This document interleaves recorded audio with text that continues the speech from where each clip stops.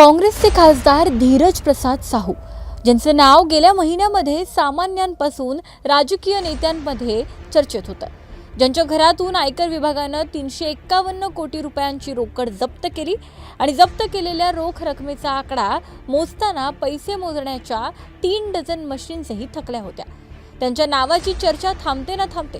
तोच तेलंगणातील एका अधिकाऱ्याच्या घरी 100 कोटींचं खबाड, किलोंमध्ये सोनं आणि मिळालेलं काळं धन पाहून एसीबीचे अधिकारीही हैराण झाले. एसीबीच्या पथकानं ज्या अधिकाऱ्याच्या घरावर छापा मारला त्याचं नाव आहे एस बाळकृष्ण. एस बाळकृष्ण यांच्या घरावर छापा मारल्यानंतर नेमकी किती रक्कम आणि काय काय मिळालं? एसीबीच्या 14 पथकांकडून कारवाई करण्यात आलेला हा कुबेर अर्थात एस बाळकृष्ण नेमके आहेत कोण आणि या कोट्यावधींच्या बेहिशोबी मालमत्तेचं पुढे काय होतं तेच या व्हिडिओत पाहू. व्हिडिओला सुरुवात करण्यापूर्वी एक महत्त्वाची आठवण, तुम्ही जर मटाचं यूट्यूब चॅनल अजूनही सबस्क्राईब केलं नसेल तर ते जरूर करा. एस बाळकृष्ण यांनी रिअल इस्टेट क्षेत्रातील अनेक कंपन्यांना परवाने दिल्याचं प्राथमिक तपासातून उघडकीस आलंय. या माध्यमातून बाळकृष्ण यांनी 100 कोटींपेक्षा अधिकची संपत्ती गोळा केली. एसीबीनं एस बाळकृष्ण यांना आता अटक केली आहे. आता एसीबी अधिकाऱ्यांना नेमकी किती रक्कम मिळाली? लाचलुचपत प्रतिबंधक संस्था म्हणजेच एसीबीच्या 14 पथकांनी एस बाळकृष्ण यांच्या घरी छापेमारी केली. 24 जानेवारीला या अधिकाऱ्याच्या घरी दिवसभर छापासत्र सुरू होतं. बाळकृष्ण यांचं घर, कार्यालय, त्यांच्या नातेवाईकांच्या घरांवरही एकाच वेळी छापे टाकण्यात आले.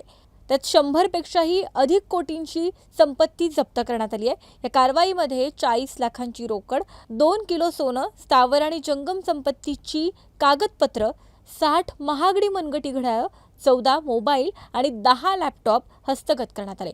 अधिकाऱ्यांनी आतापर्यंत बँक लॉकर्स उघडलेली नाहीत. आतापर्यंत 4 लॉकर्स सापडलेली आहेत. आरोपी अधिकारी एस बाळकृष्ण याच्याकडे 4 बँक लॉकर असल्याचं एसीबीच्या तपासात उघड झालंय. या लॉकरमध्ये संपत्तीची माहितीही मिळाली. एसीबीनं आतापर्यंत 4 बँक लॉकरचा तपास सुरू केलाय. त्याशिवाय बाळकृष्ण यांच्याकडे नोटा मोजण्याची मशीनही मिळाली आहे. पण हे एस बाळकृष्ण नेमके आहेत कोण? तर Telangana state real estate regulatory ऑथॉरिटीचे ते सचिव आहेत आणि मेट्रो रेल्वेचं नियोजन अधिकारी म्हणून ते तैनात आहेत. यापूर्वी त्यांनी हैदराबाद मेट्रोपॉलिटन डेव्हलपमेंट ऑथॉरिटीमध्ये नगर नियोजन संचालक म्हणूनही काम केलंय. एसीबीच्या माहितीनुसार एस बाळकृष्ण यांच्या कारवाईला कुटुंबातील कोणीही सहकार्य करत नाही. पदाचा गैरवापर करून अधिक उत्पन्नापेक्षा अधिक संपत्ती गोळा केल्याचा गुन्हा त्यांच्या विरोधात दाखल करण्यात आलाय. आज त्यांना न्यायालयासमोर देखील हजर करण्यात येणार होतं. बाळकृष्ण यांच्याशी संबंधित अधिकाऱ्यांची ही चौकशी सुरू आहे आणि आता त्यांच्या घराची झडती संपली आहे, पण 4 ठिकाणांचा तपास अद्यापही बाकी आहे.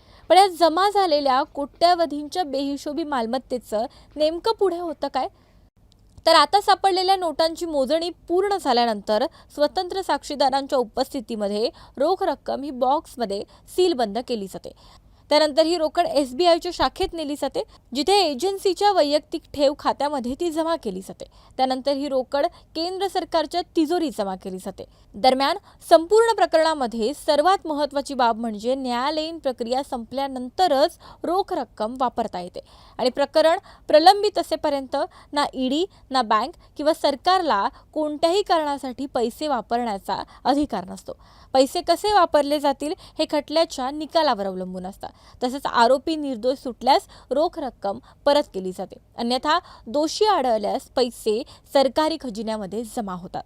बाळकृष्ण यांच्याकडे आणखी पैसे सापडतील अशी शक्यता एसीबीच्या अधिकाऱ्यांनी बोलून दाखवली आहे. पदाचा गैरवापर करून एस बाळकृष्ण यांनी गोळा केलेल्या संपत्तीविषयी आणि त्यांच्यावर झालेल्या या कारवाईविषयी तुम्हाला काय वाटतं? आम्हाला कमेंटमध्ये नक्की सांगा.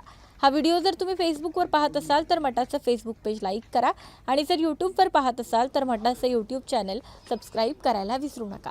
असेच व्हिडिओ आमच्या यूट्यूब चॅनलवर पाहत राहा.